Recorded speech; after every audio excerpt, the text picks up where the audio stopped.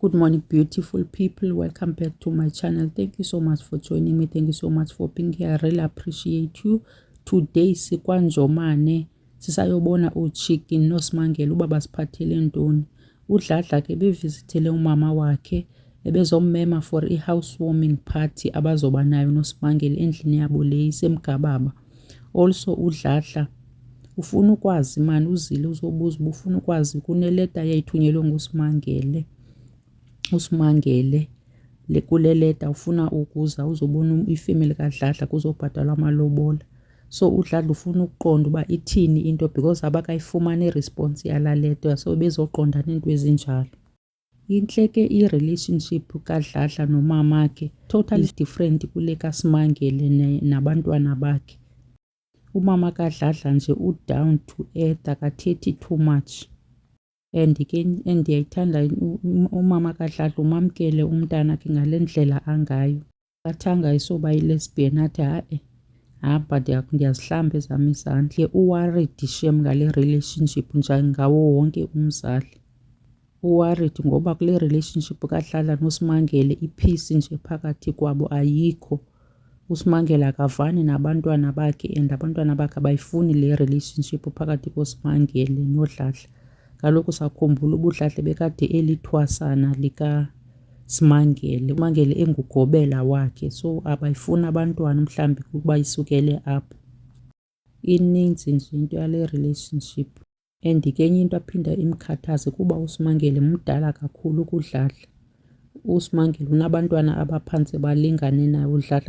Kodwa ke despite indlela aziva ngayo umama kaDladla, at the end of the day blessings uyampha shem umntana kuba makahamba aye kule ndawo imenza happy. uSimangele umenza happy, makahamba aye kuSimangele. Umzali ke fanele abe njalo bethune emntana angammeli ngaphambili. uNqati ke wadibana noMandisa bakwi-relationship and then benza abantwana ababini, kanti all along bayazalana bona bebengayazi.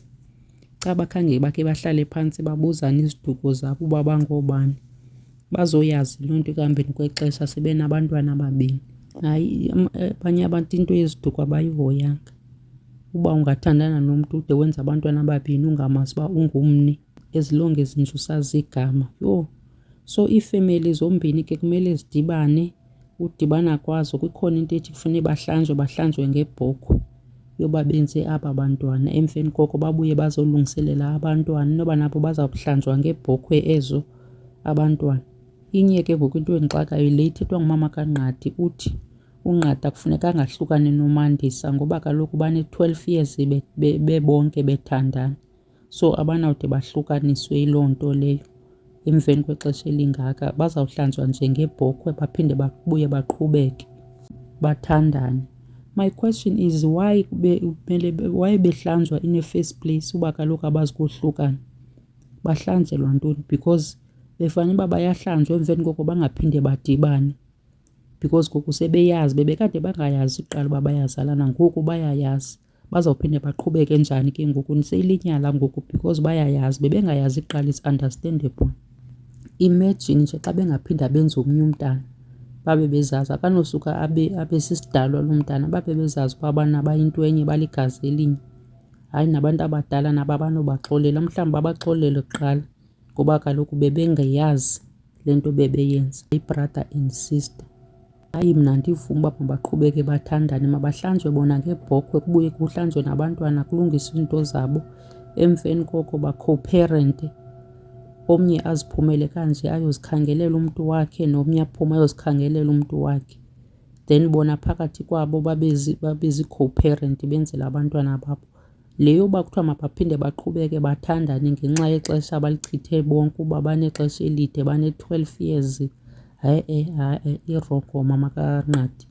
Ayiyongo nje tu, mabahlanjwe abantu ugqiba bahlukane bahlaliswe phantsi. 12 years azizukwenza nto, abantu bayohlukana bene-20 years, so incinci nje leyo. Hey, guess who said akazu-attend housewarming kaSimangele?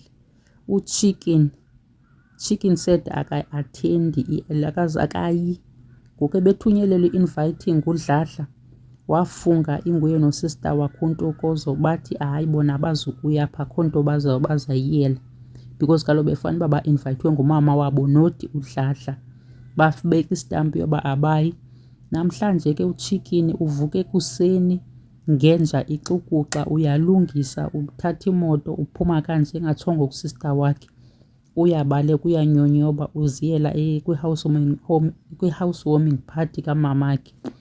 Emveni kobethe akayi usitshikini sozomkhonfeme ke ulala nelakhe avuke nelakhe. Uthe kayivuka wathi ndiyaya waqomba kusista wakhe akazutsho. Ebewaridi ke usista wakhe bangakhangela eyadini akamboni uba uphi. Xa emfowunela uthi utshikini ndihambile mna.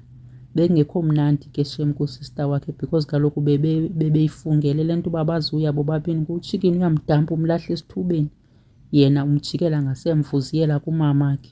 Ayikho ntle ke le nto ndiyibonayo yoba uSimangele angafani nabantwana bakhe. Ngathi ngahlalwa phantsi kulungiswa i-understand yena ingathi akaphumanga kakuhle xa iphuma endlini kwaNjomani. Ikhona into ethi xa iphuma ukhutshwe ngabantwana bakhe njebe eyosihlalela noDladla emgababa. Kodwa ke njebe seyisemgababa nje ingathi angalungisa izinto le relationship yabo bayizame kwenzela uba abanye abantu bangangeni because bazawufumana itshansi yongena phakathi kwabo ayibone uba iwiki. So ingathi angahlala phantsi azame ulungisa izinto kancinci kancinci phakathi kwakhe nabantwana bakhe uSimangele. Aqhubeke ke ezihlalele emgababa noDladla.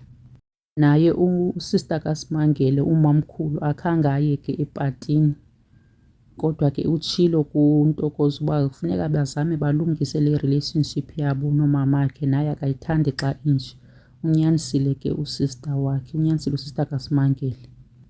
Sayibona kakuhle ke next week le party kaSimangele kodwa sithe xa siboniswa into eza kwenzeka next week utshikini uboniswa ngathi akamkelekanga kule party.